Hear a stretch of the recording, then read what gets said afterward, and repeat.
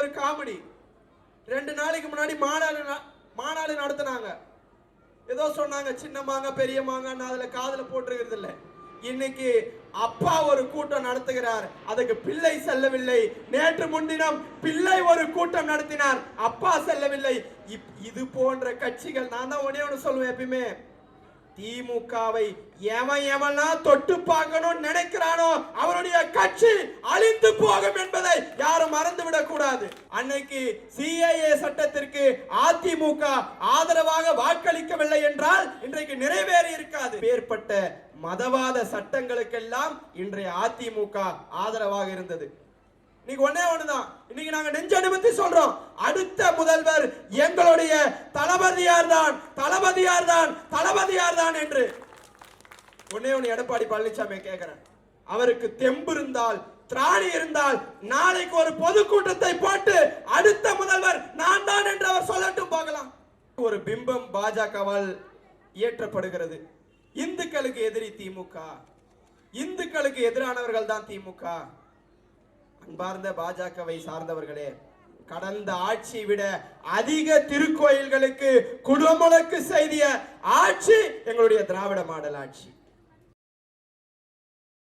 துயர் துடைக்க வந்தவர், பண்பிலே நிறைந்தவர், பாசத்தால் நினைந்தவர், அமுதத்தை தந்தவர், பேரறிஞர் அண்ணா அவர்களை வணங்கி திராவிடத்தை சமைத்தவர், தீரர்களை படைத்தவர், தம்பிகளின் சேவகர், தும்பிகளின் காவலர், நாவலர், பாவலர், முத்தமிழறிஞர் தலைவர் கலைஞர் அவர்களை வணங்கி இனமானம், மொழிமானம், தன்மானம், இந்த 3 மானத்தையும் காத்து வருகிற எங்களுடைய காவல் தெய்வம் திராவிட மாடல் என்றும் போற்றக்கூடிய அளவிற்கு உலகமே இன்றைக்கு ஒரு மாடலை பின்பற்ற வேண்டும் என்று துடிக்கிறது என்று சொன்னால், திராவிட மாடல் என்ற ஆட்சியை உலகம் போற்றும், ஊர் போற்றும் ஒரு மாடலாக இன்றைக்கு உருவாக்கி திராவிட மாடல் ஆட்சியை இன்றைக்கு நடத்தி கொண்டிருக்கிற தலைவர், தரணி போற்றும் தலைவர், எங்களுடைய தன்மான தலைவர், கழக தலைவர் மாண்புமிகு தளபதியார் அவர்களை வணங்கி அடுத்த 50 ஆண்டு காலத்திற்கு எங்களுக்கு கிடைக்கப்பெற்ற பொக்கிஷம், வருங்கால தமிழகத்தை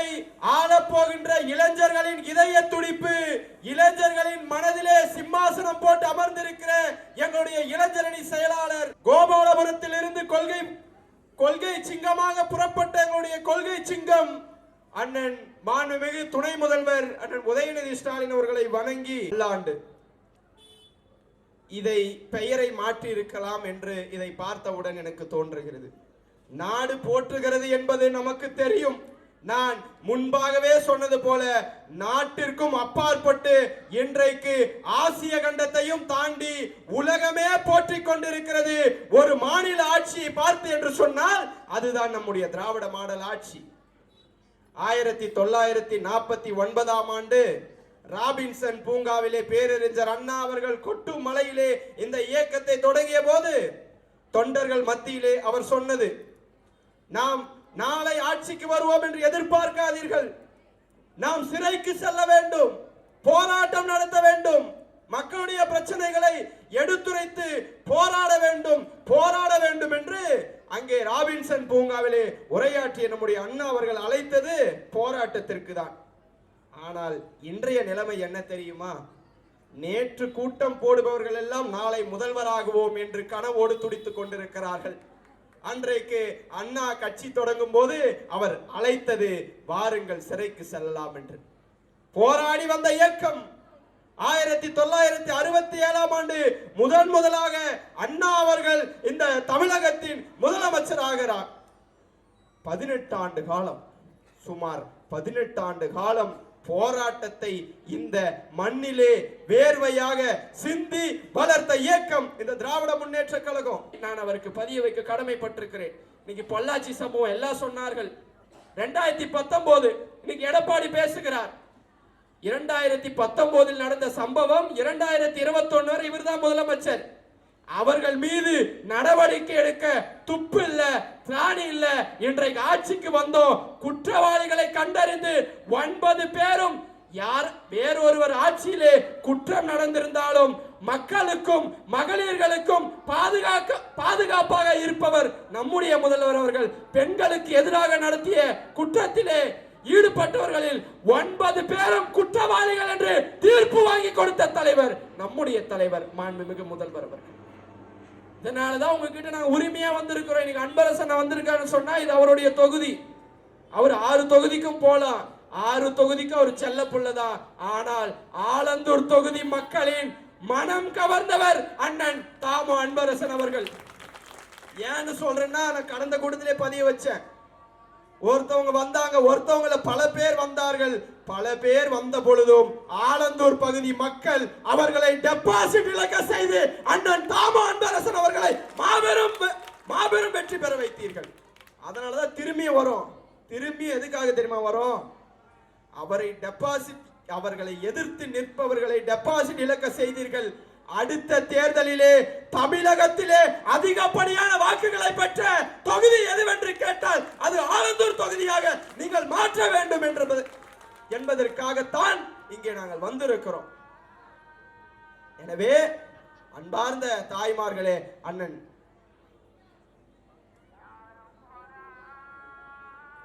முன்னேற்ற கழகத்தை சார்ந்தவர்கள் என்பதை நீங்கள் புரிந்து கொள்ள வேண்டும். இன்றைக்கு ஒரு பிம்பம் பாஜகவால் இயற்றப்படுகிறது. இந்துக்களுக்கு எதிரி திமுக, இந்துக்களுக்கு எதிரானவர்கள் தான் திமுக. அன்பார்ந்த பாஜகவை சார்ந்தவர்களே, கடந்த ஆட்சியை விட அதிக திருக்கோயில்களுக்கு குடமுழக்கு செய்திய ஆட்சி எங்களுடைய திராவிட மாடல் ஆட்சி. இன்றைக்கு சிஏஏ சட்டம், அன்னைக்கு சிஏஏ சட்டத்திற்கு அதிமுக ஆதரவாக வாக்களிக்கவில்லை என்றால் இன்றைக்கு நிறைவேறி இருக்காது. அப்பேற்பட்ட மதவாத சட்டங்களுக்கெல்லாம் இன்றைய அதிமுக ஆதரவாக இருந்தது. இன்னைக்கு ஒண்ணே ஒண்ணுதான், இன்னைக்கு நாங்க நெஞ்சனுமதி சொல்றோம், அடுத்த முதல்வர் எங்களுடைய தளபதியார் தான், தளபதியார் தான், தளபதியார் தான் என்று.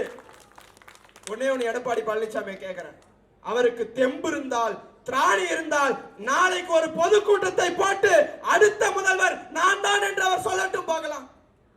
அங்க அமித்ஷா அங்க இருந்து வந்துருவாரு, ஒரு பிரஸ் மீட், அதுல கேக்குறாங்க எடப்பாடி பழனிசாமி அவரிடம், எங்க ஏதாவது டிமாண்ட் வச்சிருக்கீங்களா? அவருக்கு அமித்ஷா வந்திருக்காரு, நீட் தேர்வு இருக்கு, தொகுதி மறுவரையருக்கு, ஏதாவது மும்மொழி கொள்கை இருக்கு, ஏதாவது டிமாண்ட் வச்சிருக்கீங்களான்னு எல்லா பள்ளியும் அவர் காட்டுறாரு. இல்ல இல்ல அதெல்லாம் எதுவுமே இல்லை, எந்த டிமாண்டும் இல்ல, ஜி வந்தாரு முடிஞ்சு.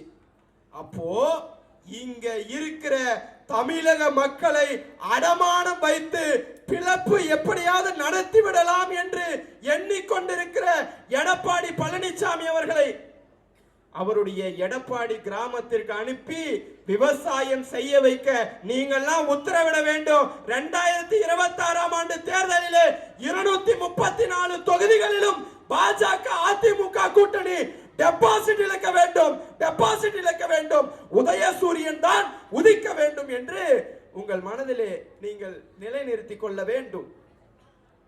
இன்றைக்கு இன்ன ஆட்சி சரியில்லை. இன்றைக்கு எல்லாரும் நம்ம எதிர்க்கிற எல்லாரும், இன்னைக்கு ஒரு காமெடி, 2 நாளைக்கு முன்னாடி மாநாடு நடத்தினாங்க.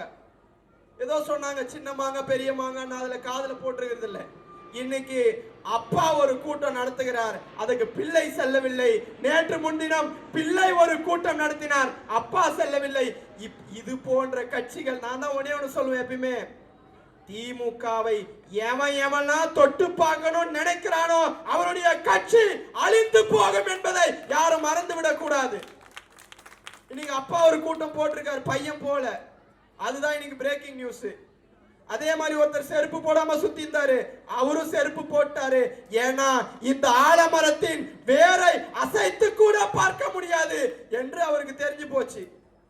இன்னைக்கும் ஒருத்தர் வந்திருக்காரு. அந்த ஒருத்தரை ஏன் நான் சொல்றேன்னா, இங்க இருக்கிற இளைஞர்கள் திசை மாறி சென்று விடக் கூடாது.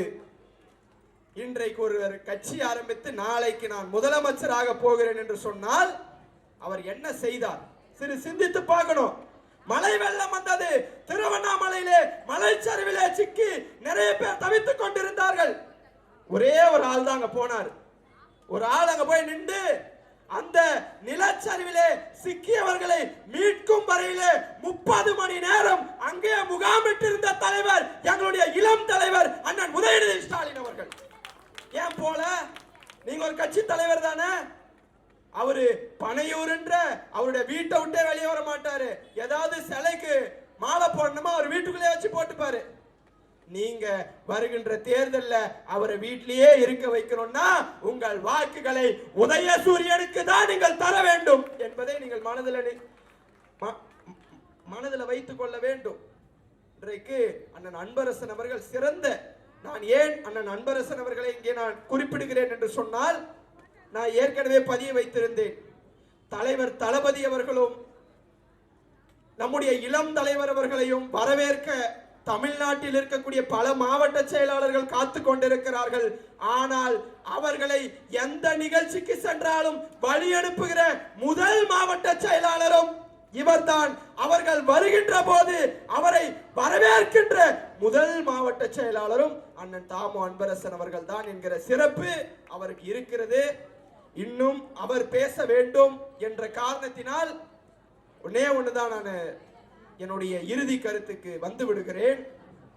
நம்முடைய இனமானத்தை காப்பது திமுக, நம்முடைய மொழி உரிமையை காப்பது திமுக, நம்முடைய வளர்ச்சிக்கு துணை இருப்பது திமுக, நம்மை வாழ்விலே உயர்த்துவது திமுக, நமக்கு இடஒதுக்கீடை வாங்கி தந்தது திமுக, இன்றைக்கு நம்மை வாழ வைத்துக் கொண்டிருப்பது திமுக. திமுக வெல்ல வேண்டும். 234 தொகுதிகளிலும் உதயசூரியன் வென்றது, கூட்டணி கட்சிகள் வென்றது என்ற சாதனையை ஆலந்தூர் தொகுதி முதன்மை தொகுதியாக இருந்து வெற்றி வாகை சூடி தர வேண்டும் என்று அவர் உங்களிடத்திலே கேட்டு இந்த நல்வாய்ப்பை ஏற்படுத்தி கொடுத்து சுமார் 3 நாட்களும் இந்த காஞ்சிபுரம் வடக்கு மாவட்டத்திலே என்ன பேச வைத்த அண்ணன் தாமோ அன்பரசன் அவர்களுக்கு நன்றி நன்றி நன்றி. உதயசூரியன் உதயசூரியன் உதயசூரியன். திமுக வெல்லும், திமுக வெல்லும், திமுக வெல்லும்.